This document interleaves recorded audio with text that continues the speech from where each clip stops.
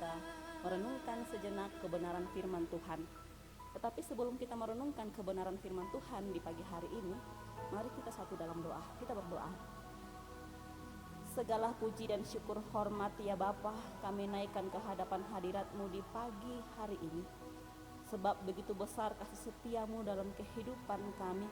Engkau telah menuntun, menjaga, memelihara kami sepanjang malam lamanya. Bahkan Engkau membangunkan kami di pagi hari ini dalam keadaan sehat. Dan kami percaya pagi hari ini Engkau sudah menyediakan berkat-berkat yang akan kami alami sepanjang hari ini. Sehingga itu Tuhan, sebelum kami memulai aktivitas kami di pagi hari ini, kami mau duduk dan mempelajari kebenaran firman-Mu Tuhan. Tetapi kami sadar dengan sungguh ya Allah, siapakah kami ini? Kami adalah manusia yang berdosa. Kami tidak mampu memahami kebenaran firman-Mu di pagi hari ini jika Engkau tidak mengurapi setiap kami ya Tuhan. Oleh karena itu ya Allah, urapi dan berkati kami, sehingga firman-Mu yang akan kami pelajari bersama boleh menjadi bahagian dalam kehidupan kami sebagai suluh dan pedoman dalam menjalani hari ini Tuhan. Seluruh kehidupan kami Tuhan, kami serahkan ke dalam tangan-Mu. Engkau berkati kami ya Allah yang hendak mempelajari kebenaran firman-Mu. Dalam Kristus Yesus kami berdoa kepada Bapa di surga. Haleluya, amin.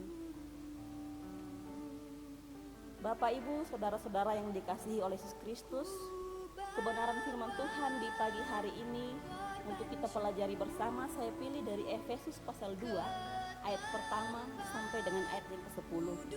Efesus pasal 2 ayat pertama sampai dengan ayatnya yang ke-10. Oleh Lembaga Alkitab Indonesia memberi judul Semuanya Adalah Kasih Karunia. Kamu dahulu sudah mati karena pelanggaran-pelanggaran dan dosa-dosamu. Kamu hidup di dalamnya karena kamu mengikuti jalan dunia ini. Karena kamu mentaati penguasa kerajaan angkasa, yaitu roh yang sekarang sedang bekerja di antara orang-orang durhaka. Sebenarnya dahulu kamu semua juga terhitung di antara mereka. Ketika kami hidup di dalam hawa nafsu daging dan menuruti kehendak daging dan pikiran kami yang jahat. Pada dasarnya kami adalah orang-orang yang harus dimurkai, sama seperti mereka yang lain. Tetapi Allah yang kaya dengan rahmat, oleh karena kasih-Nya yang besar yang dilimpahkannya kepada kita, telah menghidupkan kita bersama-sama dengan Kristus. Sekalipun kita telah mati oleh kesalahan-kesalahan kita, oleh kasih karunia kamu diselamatkan. Dan di dalam Kristus Yesus, Ia telah membangkitkan kita juga dan memberikan tempat bersama-sama dengan Dia di surga, supaya pada masa yang akan datang Ia menunjukkan kepada kita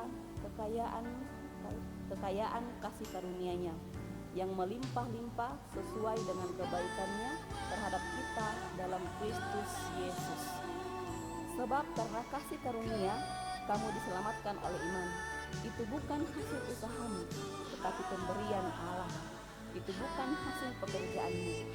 Jangan ada orang yang memegahkan diri, karena kita ini buatan Allah, diciptakan dalam Kristus Yesus untuk melakukan pekerjaan baik yang dipersiapkan Allah sebelumnya. Dia mau supaya kita hidup di dalamnya. Amin. Bapak, Ibu, saudara-saudara yang dikasihi oleh Kristus dan yang mengasihi Tuhan, dalam pembacaan kita Efesus pasal 2 ayat pertama sampai dengan ayatnya yang ke-10 menjadi tema kita di pagi hari ini dalam mengawali setiap aktivitas kita adalah keselamatan adalah kasih karunia dari Allah. Keselamatan adalah kasih karunia dari Allah.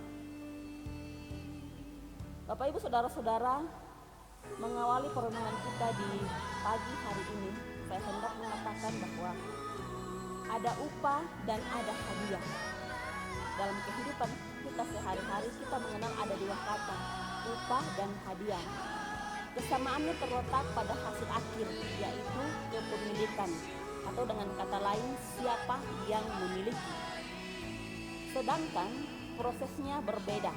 Mengapa dikatakan berbeda? karena upah merupakan hak atas suatu tanggung jawab yang diberikan. Sekali lagi saya tekankan, upah adalah hak atas tanggung jawab yang diberikan. Sedangkan hadiah bukanlah hak, tetapi terkait dengan pemberian yang disengaja untuk sesuatu hal. Contoh, seperti ulang tahun atau prestasi yang kita raih sehingga kita diberikan penghargaan atau hadiah. Lalu dengan demikian, apakah hadiah sama atau berbeda dengan kasih karunia? Bapak Ibu saudara-saudara yang dikasihi oleh Yesus Kristus, pembacaan kita di pagi hari ini dalam Efesus 2 ayatnya yang ke-8 dan ayatnya yang ke-9 memberitahukan bahwa prosesnya sangat berbeda tentang kasih karunia. Bila upah terkait dengan hasil usaha atau hak dan hadiah terkait dengan pemberian, maka kasih karunia terkait dengan karunia iman. Apabila kasih karunia berkaitan dengan karunia iman, maka hal ini bukan hanya berkaitan dengan pemberian, tetapi lebih daripada itu berkaitan dengan pemilihan. Bapak Ibu saudara-saudara yang dikasihi oleh Kristus, Allah memilih Bapak Ibu saudara dan saya dari sejak semula. Sejak awal Allah telah memilih kita. Pemilihan ini tidak didasarkan atas kebaikan. Pemilihan yang tidak didasarkan atas kebaikan tertentu yang kita lakukan lalu mendapatkan penghargaan. Tetapi pemilihan yang Tuhan pilih, Tuhan telah memilih kita berdasarkan karunia iman. Bapak Ibu saudara-saudara yang dikasihi oleh Yesus Kristus, kasih karunia yang sepenuhnya kita terima itu berasal dari kasih dan keadilan dari Allah, semata-mata karena kasih dan anugerah dari Allah. Pada satu sisi kasih dan pengampunan dilepaskan untuk semua pelanggaran, tetapi pada sisi lain pelanggaran yang mendatangkan dosa perlu mendapatkan hukuman yang setimpal. Kasih dan keadilan nampak dalam seluruh karya Tuhan Yesus dalam kehidupan kita. Allah memilih untuk menempuh jalan kasih. Allah memilih mengutus anaknya yang tunggal yaitu Yesus Kristus untuk menebus kita dari dosa. Itu menandakan bahwa Allah mengasihi Bapak Ibu saudara dan saya. Tetapi tidak terlepas dari keadilan yang Tuhan berikan, barang siapa yang melakukan pelanggaran, ia tetap mendapatkan hukuman yang setimpal. Bapak Ibu saudara-saudara yang dikasihi oleh Yesus Kristus, kasih dan keadilan menjadi pilihan Allah agar dengan jalan itu keselamatan diberikan kepada dunia. Contoh yang jelas sekali kita alami dalam kehidupan kita sebagai umat Kristen adalah dengan kehadiran Yesus Kristus yang menebus dosa kita.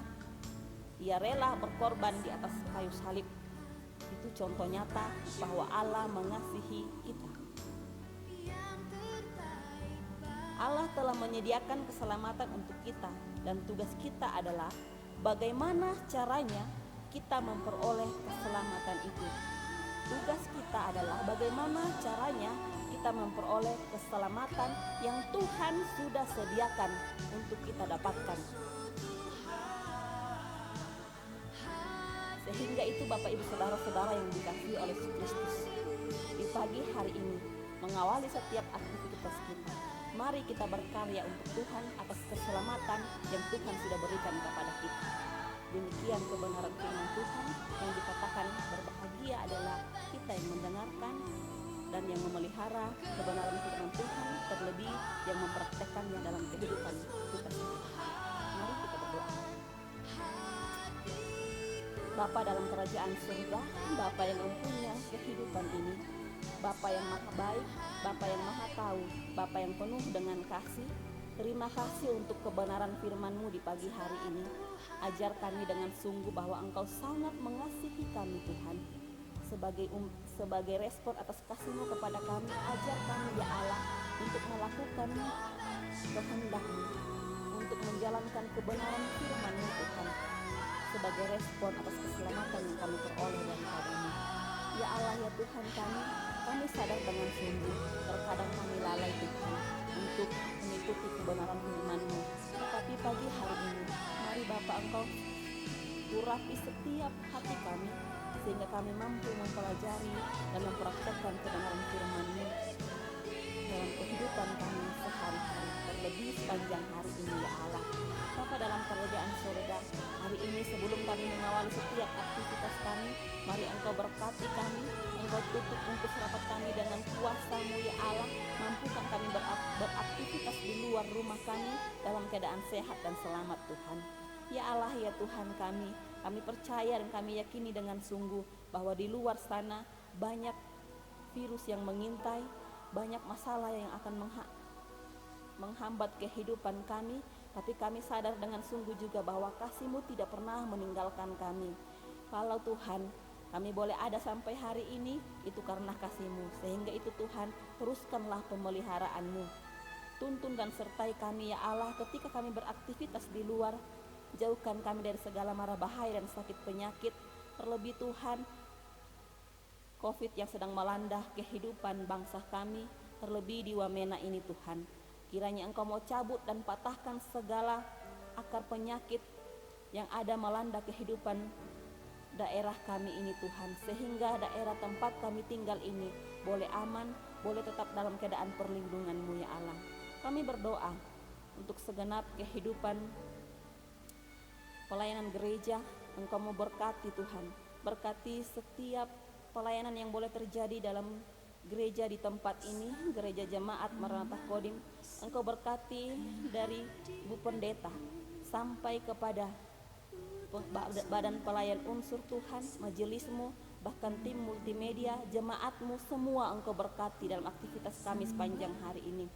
Kami berkati Tuhan, kami berdoa Tuhan, Engkau mau berkati kehidupan pekerjaan pemerintah ya Allah, baik dari tingkat atas maupun sampai ke pelosok-pelosok. Engkau juga jaga dan berkati, berikan roh kejujuran, berikan roh bergandengan tangan, agar kami boleh saling bergandengan Tuhan. Dalam pemerintahan Engkau juga berkati ya Allah.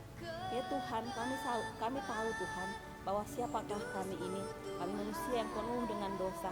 Oleh karena itu Tuhan, dalam permohonan kami di pagi hari ini, kiranya Engkau mau mengampuni dosa kami dan layakkan kami untuk selalu hidup dalam roh dan kebenaran. Terima kasih Tuhan, inilah kami di pagi hari ini yang datang kepadamu dan hendak memulai aktivitas kami. Dalam Kristus kami berdoa dan mengucap syukur kepadamu. Haleluya, amin.